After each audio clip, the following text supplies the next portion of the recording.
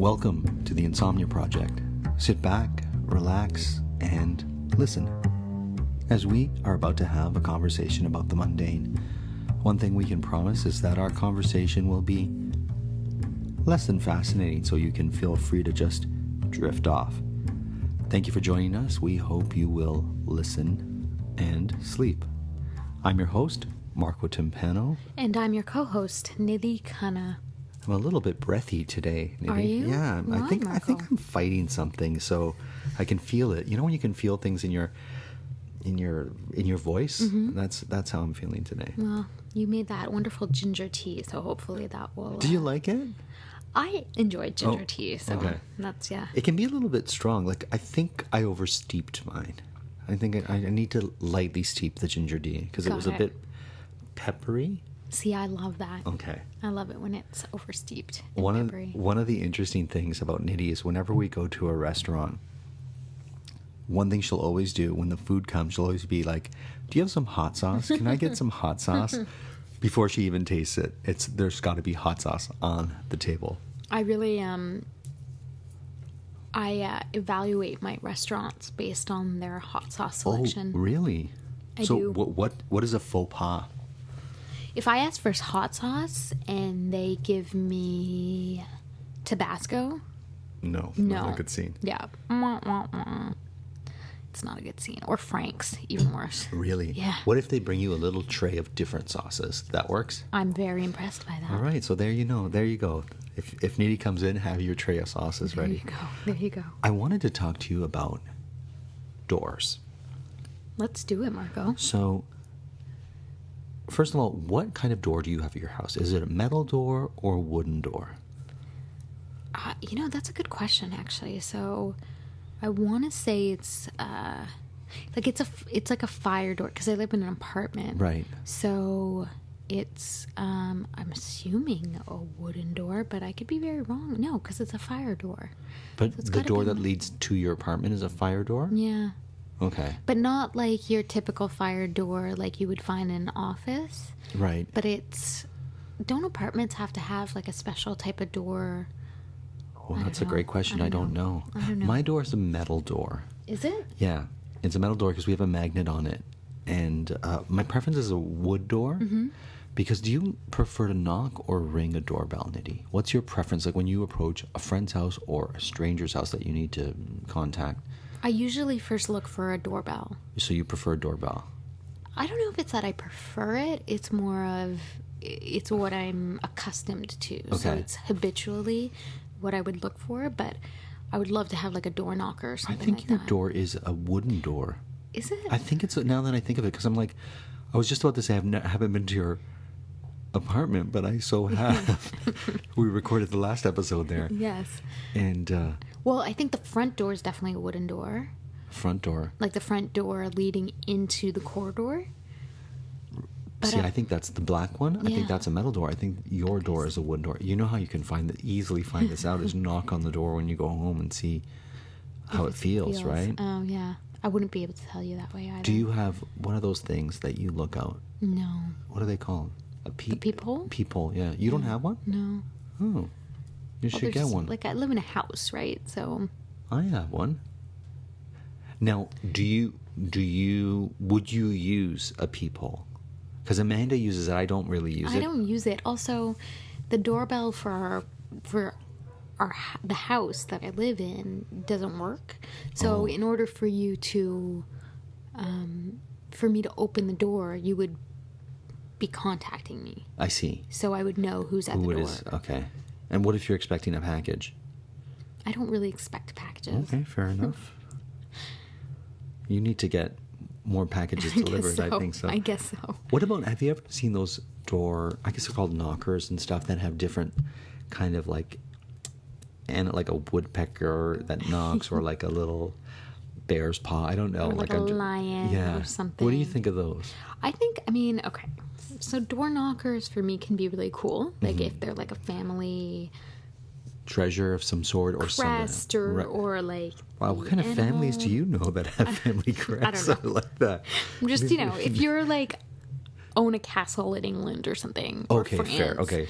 A door knocker. Oh, ooh, like that. Like that. It would knock like that. Correct. My goodness. I just knocked my glass. We hope we didn't just wake everyone up from their slumber. But I'm sorry about that. if you have just woken up, We're talking about door knockers. So yeah, if you have like a castle, you can't have a doorbell. You have to have a knocker. That would be very right. I think there's some like the house that we used to have in Montreal. Was it a castle? It was not a castle, Okay. but it was like an old kind of Victorian home. So, like a door knocker was very much a part of the look and feel of the house. Right. I think so if you were to have, what did your door knocker look like? Oh, I can't even remember. Was it just It was like a metal, ring? Was it just a ring, or was it? I think it was a ring. Okay. I didn't use the door knocker that much because No, I never fair went enough. to the first. I never went to the front door. I always went to the back door. But like, if you have like a modern house, I feel like a door knocker would be really, I don't know, out of sorts. But then No, some I've seen some like cool door knockers. like at novelty modern... ones. No, even just like interesting shapes, or like depending on the way your house looks, you could have something that reflects the neighborhood or your home. For example, I'd like to get one at the cottage that's kind of like beachy, whether it's a starfish or Oh, nice. I don't know, seahorse. But that would go with the cottage, right?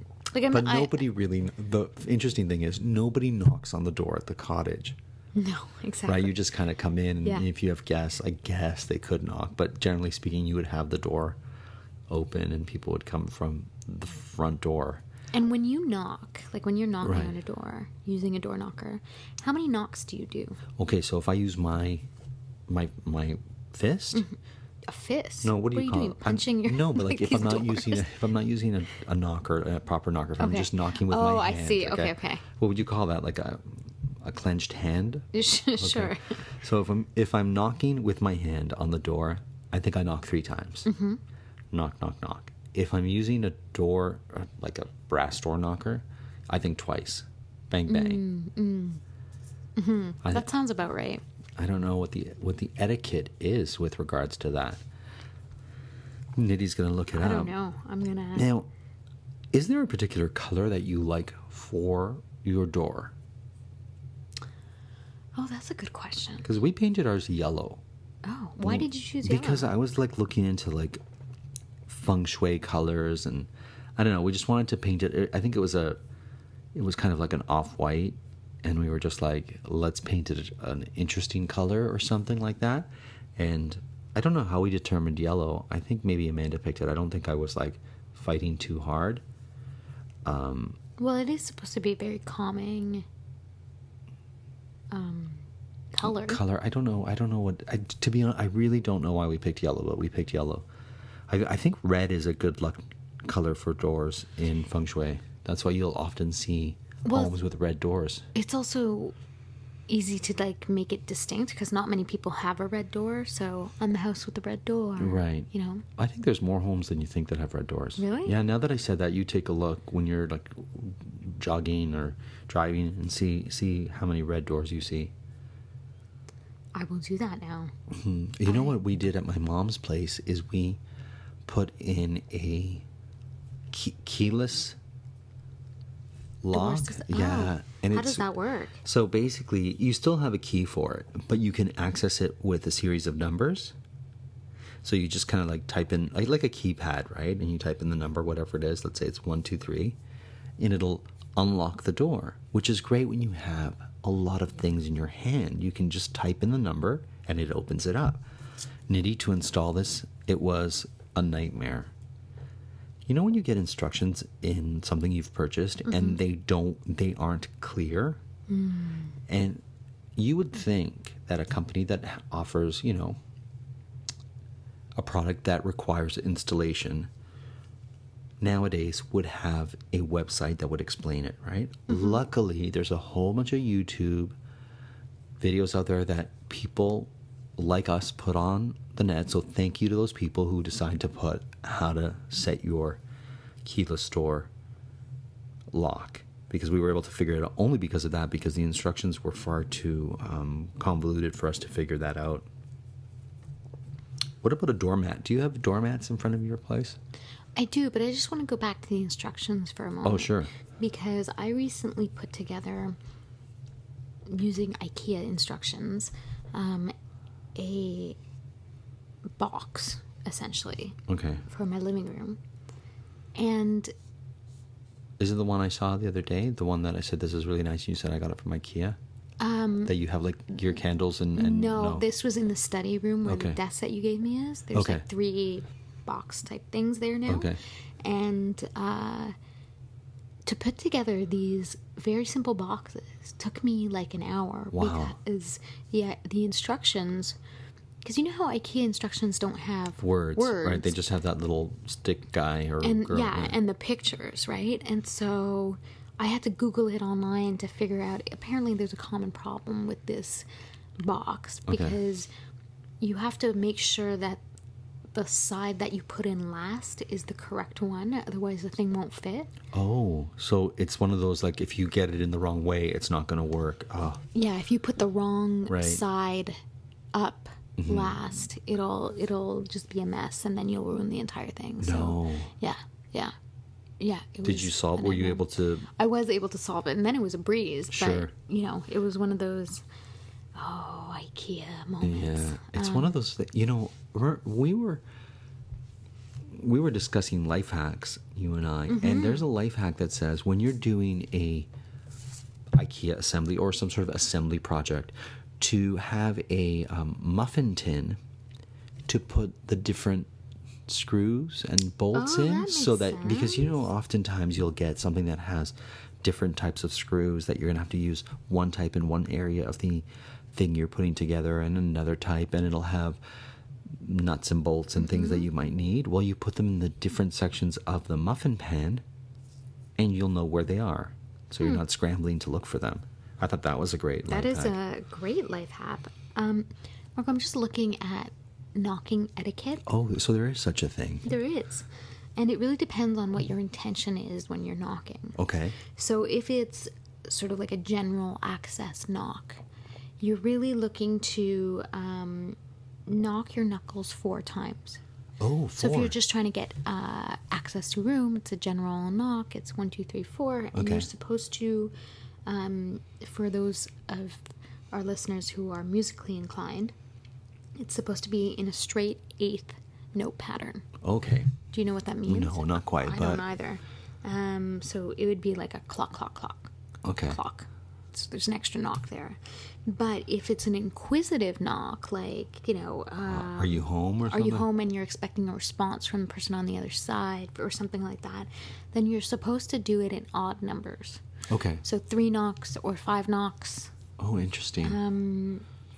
But so it's almost always, and it's done. Both those knocks are done with your knuckles. Okay. So that's an interesting one versus an expected knock.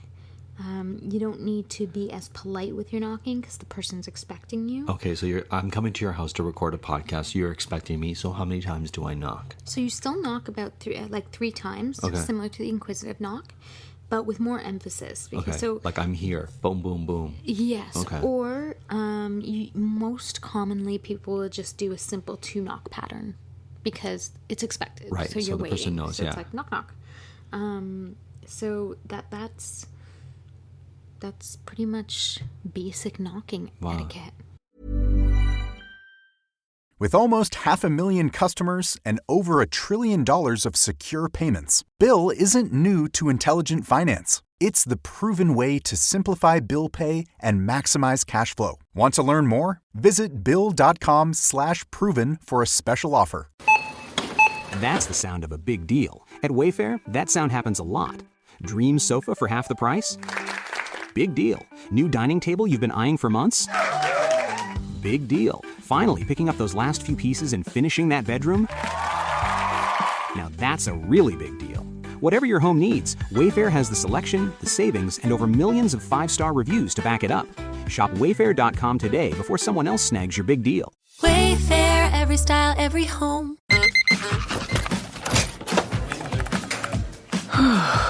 You do it all.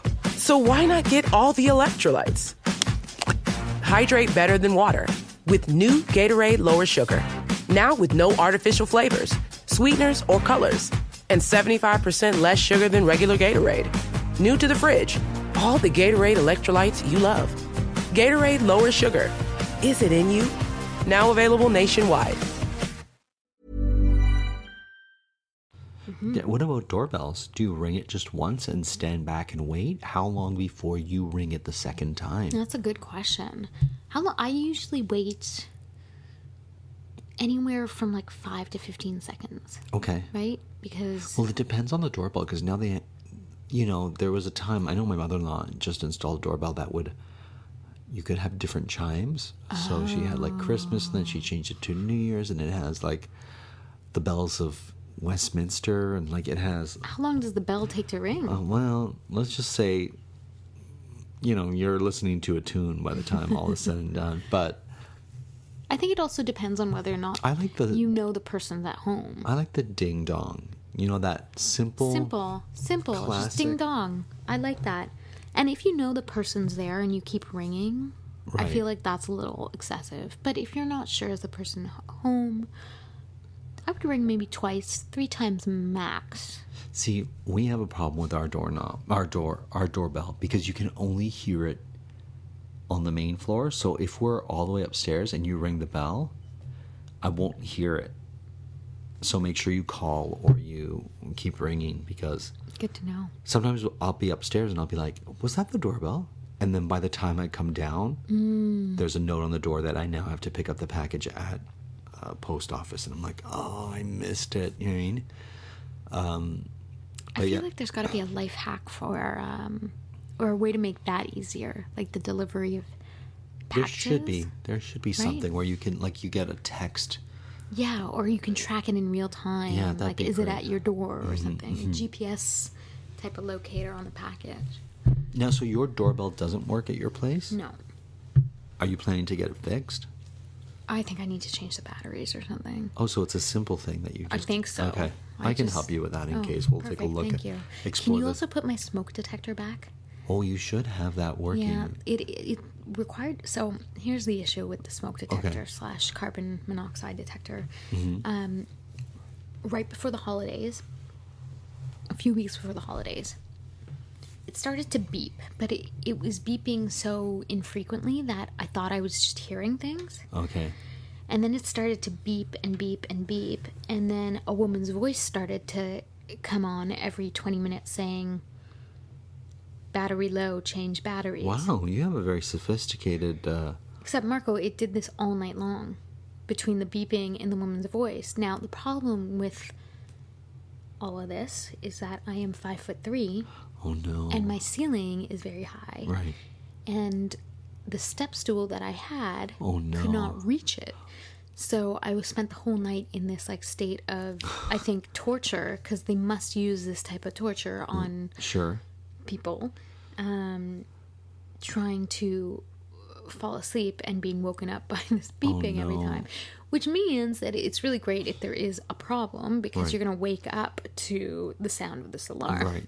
Not so great if you're just trying to get through the night. So what did you do? Well, I had to... So what I needed was a proper ladder. Now, I don't have a proper ladder. So I called my landlord, and they were like, well, we can send someone, but it's going to cost you $150. What? I have a ladder. I know, because you're really responsible once you get into the unit of changing the batteries in the carbon monoxide or the smoke detector. Right. So one of my friends came over, and I live right across from a almost like a warehouse type of building. I think they they salvage wood and create furniture and stuff. So he went across the way and was like, hey, can I borrow your ladder? And actually they said sure. And so he brought the carbon monoxide, he brought the smoke detector. But he's 6 foot, he's just over 6 feet. Right. And even with the ladder, really, almost couldn't get it because of the angle of the ladder had to be in such a way that the rung that he had to stand on to reach the smoke detector was almost just out of reach. Oh, no. Because of the angle. Right. So he finally got that, and then we brought it down, and it was like, okay, great. Now we all just need a drink, and so let's go. And as we're going out of the house, the smoke detector beeps again. And it was like this mad like moment where everyone was like, oh my God, no, we can't. Right. So we took the batteries out, and I had to replace it. So now I have the batteries to replace it, but I don't have a ladder, and I don't have the height to actually replace. But does it have to be in that spot, or can it be positioned elsewhere? I don't know. Like, is it stuck on the wall, or is it removable from the wall? It's like, it is removable, but Right. it's stuck on the wall. You know what I mean? Like, it's, where else are you going to put it? Some of them are like detachable, right? That are kind of screwed into a plate that holds it into the ceiling or whatnot. So probably that's it. Mm-hmm. So you mean I can just put it anywhere? Like, where is the actual smoke detector now? Is it in its place, or is it off its place in?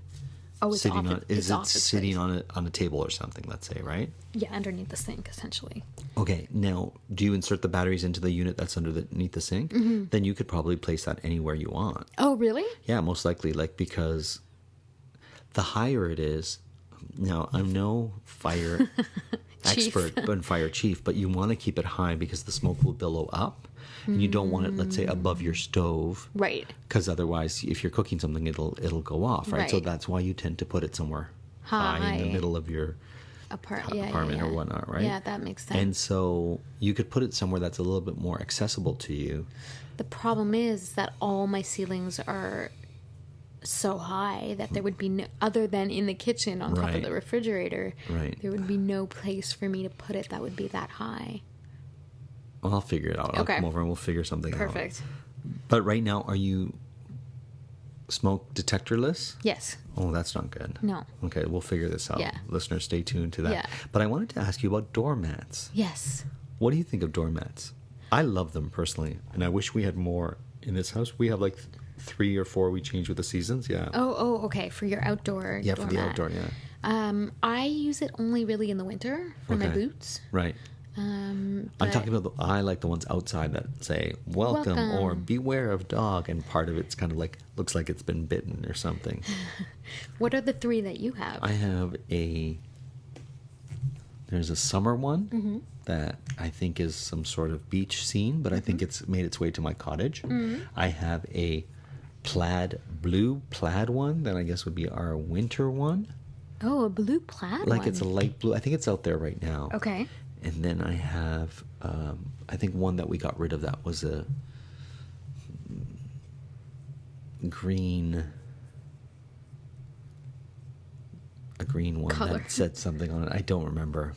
But I like doormats. Do you? What do you like about them? I don't know. They're just like, they can be funny or they can be like classic or. What do you think that do you think it says something about the people living in the place?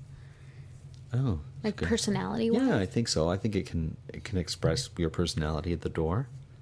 I think so too. Yeah. I mean, mine's a very utilitarian one. Okay.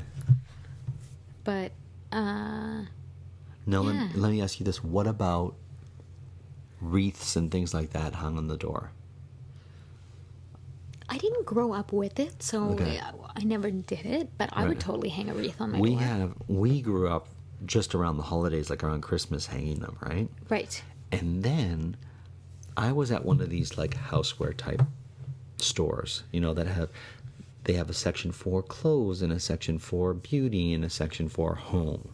Well, when I tend to go to those and Amanda's trying on clothes, I'll go to the home section. And I found this really beautiful wreath that had colored eggs around it. So it was an Easter themed wreath. Okay. But it was really pretty. And it was on sale. So I bought it. And I've used it now for 3 or 4 years. And then, so do you know the town of Schaumburg? Now, Dale Boyer is from there. Exactly, it's from Schaumburg. So Schaumburg has a Christmas. I can't believe I'm talking about Schaumburg Christmas, because really I should be talking about this with Dale. But She comes up quite a bit on our show. Do you know? She does. She does. We have to have her back. We do. So, I was at Schaumburg Christmas, and it's like this little town that has a little Christmas market, and they do a little parade, and it's kind of a rural community. So the parade is like a lot of tractors that have Christmas lights on them and whatnot. Amazing. Anyway, so we're walking down the little town square, going into various shops, and you know me, I like to pick up various knickknacks and things, and they had these. They look like, you know, those red cranberry type berries that you see around Christmas time. They're it's not holly berries, but they're bigger berries. Well, they had this big cluster of them, and they kind of looked like candied apples. You know, candied apples have this really sort of shine and redness and whatnot. So it was a bunch of little cranberry size circles that were coated in this, you know, looked like candy apple red. So it looked very, very festive. And I remember spending, I think it was $36 for it. And this was a while back, Nidhi. And I was like, this is a lot of money for something that you hang on the door. Yeah. And I was kind of like, am I really going to spend $36 on this? And I was with Dale, and she's like, you'll probably really like it. And I'm like, I do really like it. Yeah. And I go, and it'll remind me of Schaumburg. I've used it every year since then. It must be 10 years that I have it. And I love taking it out every time. It looks so great on the door because it's so vibrant. And, you know, you can buy these type things at your local hardware store and whatnot around the holidays, but they don't have. This one's really well made, and it's really like red. Handcrafted? No, I don't know if it's handcrafted, but it's just one of those ones that you know you can tell the quality of it, and it's lasted. And so that began my sort of door wreath, you know, fascination. And now I'm looking for a summer and spring door wreath. Amanda puts one up that I really don't like. Does she know you don't like it? She likes it, but I think I don't like the way it looks. What now? It's like a summery one. It's kind of like, it's like this, you know, that kind of, how do you describe this? Like wickery, it's like a wickery wood, like thin pieces of straw, wickery wood. I don't know what you call this. I'm sure there's a term for it. And it's kind of like folded in kind of a, what do you call it? A heart shape? No, not a heart shape, but like this shape, like a... Oh, like a knot? Ish, like a... I don't know, like a ribbon, like a cross like ribbon. A ribbon. I don't know. Yeah. And it's got a few little flowers mixed into it. I don't like it. What would you like in a summer wreath? I don't know. Something summery. I don't know. I need a good suggestion of a summer wreath. And I know that you can go to like Michael's and places, and they even have like a workshop where they show you how to make wreaths. I was going to say, like, you're so crafty and artistic that like you could just make your own wreath. I guess. I just have to sort of sit and do a door wreath for the summer that I like. So I'm looking at some wreaths right now. Okay. And what's interesting, so there's this wreath here that isn't a circular wreath. Right. Because most wreaths are circular. Right. I think that's kind of cool for the summer, something different. Yeah. A little bit. My spring wreath is the eggs. So I just need a good right. summer. I need a summer wreath. Yeah. Well, it does make a home. Like a good first impression. Sure, there you go. Interesting first impression. Well, there you go. Well, and again, you can be like, I'm the one with the wreath on the door. Oh, yeah. In summer. I like that you use it as like a distinctive marker for your home. I do. Well, on that note, we'll have to let you know what summer wreath I find when I get one that I like or I design one. Until then, thank you for listening. We hope you enjoyed this episode on doors and Nidhi's smoke alarm. As always, we are produced by Drumcast Productions and have been recording in Toronto, Canada. So until the next time, we hope you listen and sleep.